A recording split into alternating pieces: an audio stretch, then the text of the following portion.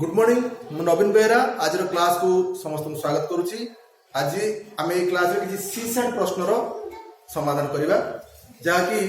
गत वर्षर OS preliminary परीक्षा पड़ता एवं यही प्रश्न आम आगुरी किसी प्रश्न समाधान करें चैनल माध्यम आम आज 8 नंबर प्रश्न देखा।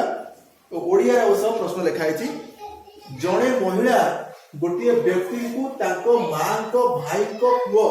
रूपे उपस्थापन करते उक्त व्यक्ति महिला सहित किपरि संपर्कित तार कौन है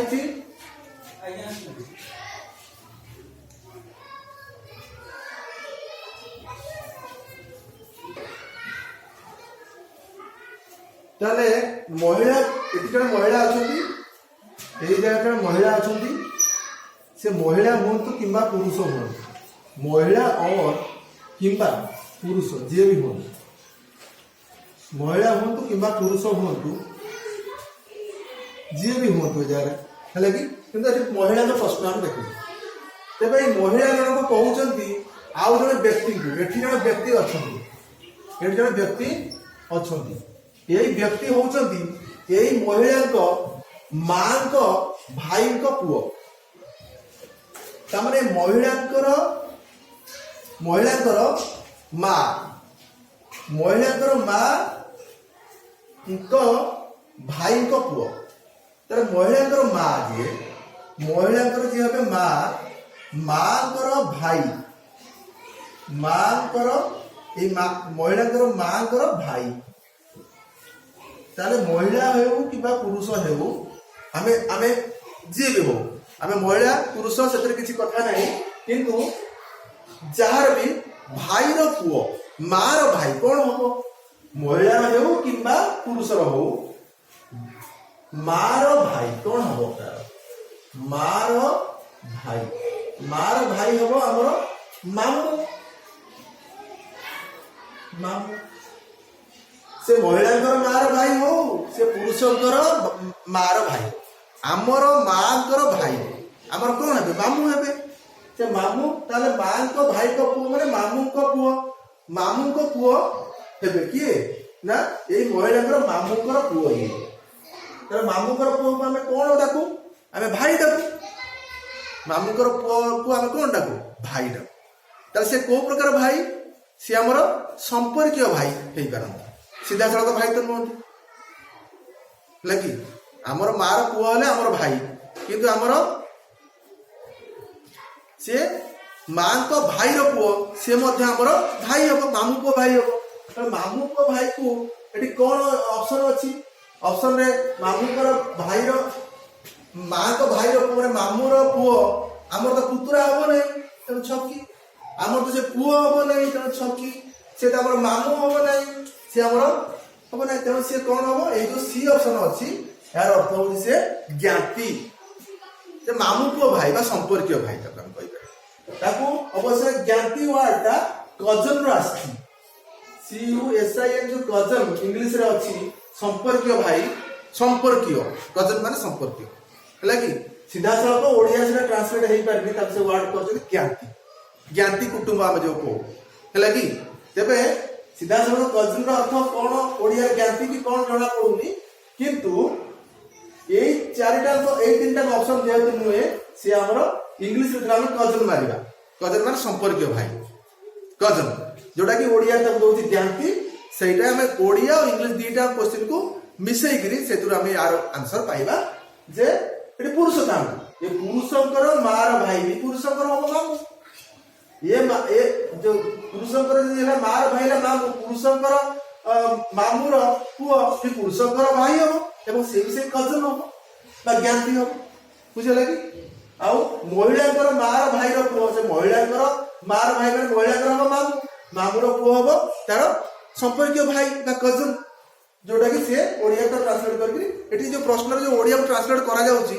सठिक भाव में ट्रांसलेट हो पारुनी भिन्न विचित्र प्रकार ट्रांसलेट होउची सेतुर हमको बुझिया पड़िबो जे एटा ज्ञाति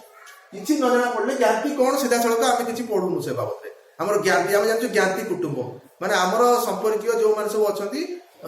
से माने हमर ज्ञाति कुटुंब तेज ज्ञाति माने कौन से किसी ओडिया पढ़ार मुझे जाने किंतु कजन माने हम जानिछि जे कजन माने होछि माने संपर्कीय भाई केमिति हेइ परिबो इंग्लिश रे पुतुरा भणजा प्राय एका जिनिस एका प्रकार कथावार्ता करा जाय सेमति एठी किंतु कजन विभिन्न प्रकार हेइ परिबो कजन विभिन्न प्रकार संपर्कीय हेइ पारंती किंतु एठी हमें जो ज्ञाति जो लिखा है कजन यही कजन कौन से ना मामू पुओ मार भाई बोला मामू तांकर पुओ होचने हमर मामू पुओ भाई आमे ताको हम भाई बोली कहि परबा कि सब केउटिया भाई सब कजन ब्रदर कजन सिस्टर जन कुआ जाय इट्स ए कजन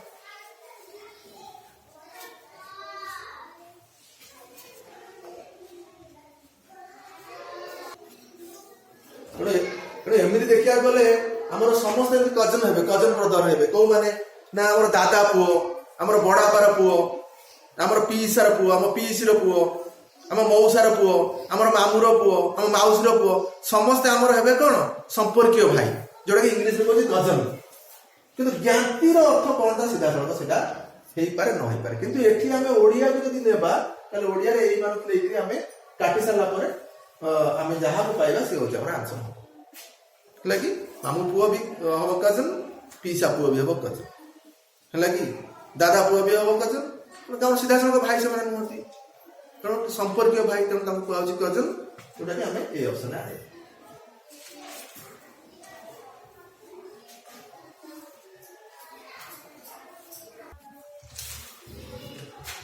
9 नंबर प्रश्न देखा जड़े व्यक्ति को आखि सामने देखी माने आगे जन छिड़ा है कि देखी नेरो कहला नेरो हुए तो पुरुष हो पारे नारी हो पारे जना पड़ुछि महिला भଳି हैला जेबे एठी जने महिला मन करा जाऊ अछन एठी जने महिला अछंती एवं सेपट जने व्यक्ति छिड़ा आइछन से जने पुरुष अछन हैला पूर्व प्रश्न रे जो जहा जल्दी हमर समाधान करथिले से प्रकार एटी महिला पुरुष उभय हो पारती दोष ना एटी महिला थाई पारती पुरुष थाई पारती कथा होची ए प्रश्न समाधान करने के लिए आपण से जगह निजक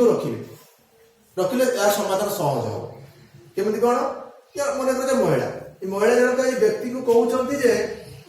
कहते जे तुमर पुओ मो पुओर दादा अटंती ताहले तुमर पुओ मो पुओर दादा अटंती कौ क्षेत्र जो मान परिवार सहित पूरा संपर्क माने निबिड़ थाए विभिन्न जगार से संपर्क बनई रखती से निजक से स्थान रखिले यार आंसर मिल पार जमती कि मन करतु ए महिला जनक मोर स्त्री सी क्या एक कथा कहे जे से ही तमर पुओ मो पुओर दादा क्या कहे ना सी क्या कहे जो दादा जब इंग्लीश रे आसे अंकल तब से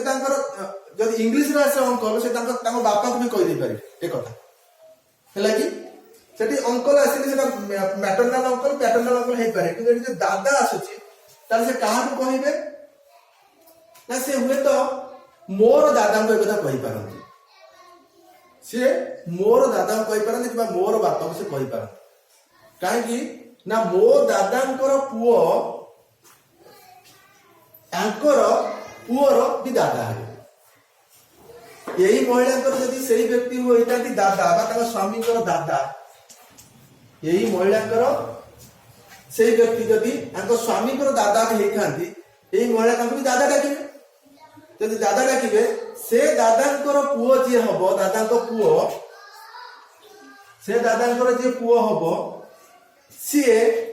आंको पुओर भी दादा हम ये जब संपर्क महिला और से व्यक्ति होता दादा तबे महिला पुओर से दादा को पुओ मध्य दादा ही हम लगी ये पुओर से ताको पुओ हो दादा बुझेला अच्छा ए क्षेत्र रे यदि पुरुष बेठी ए जगह रखंती ताले मु मन करंतु का जण कहि जण व्यक्ति को जे मो तमर पुओ मो पुओर दादा हम ताले मु काहा को कहबी सेठी मोर दादा को कहबी सेठी मोर दादा को कहबी जे तमर पुओ मो पुओर दादा केवल दादा को कहबी बापा को मते कहि परिबी काहे कि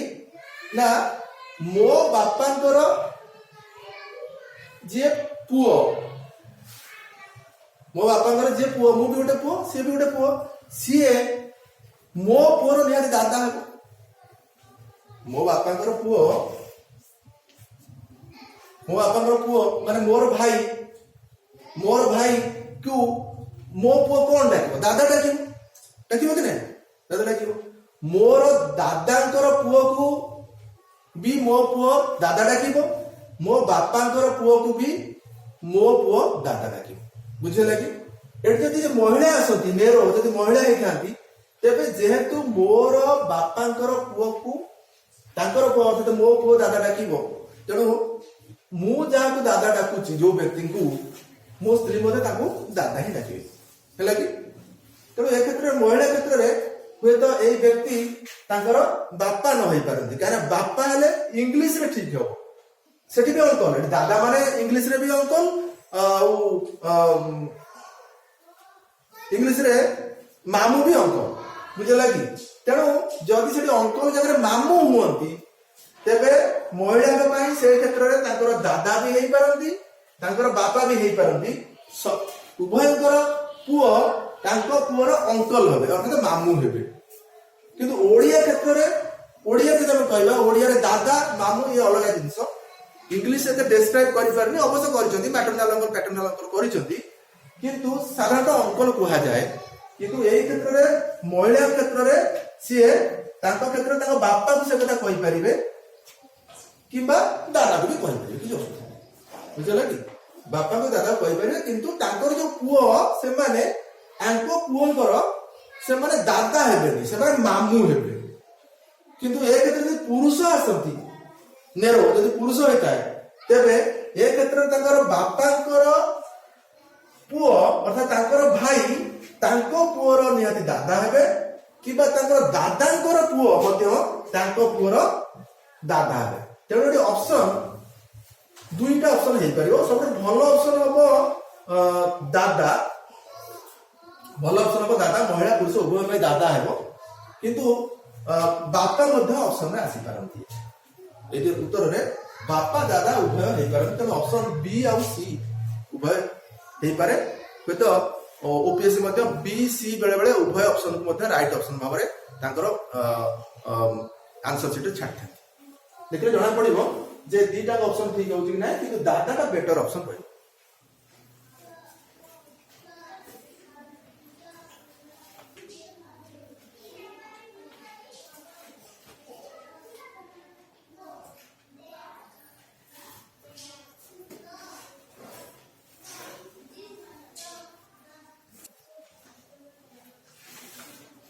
ତାମାନେ ମୁଁ ଏଠି କହିବାକୁ ଚାହେଁ ଯେ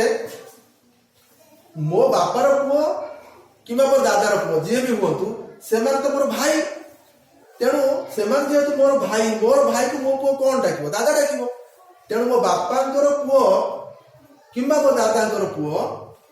ମୋ ପୁଅର ଦାଦା ହିଁ ହେବେ। ତେଣୁ ଏଠି ଅପସନ ବାପା ଏବଂ ଦାଦା ଠିକ ରହୁଛି।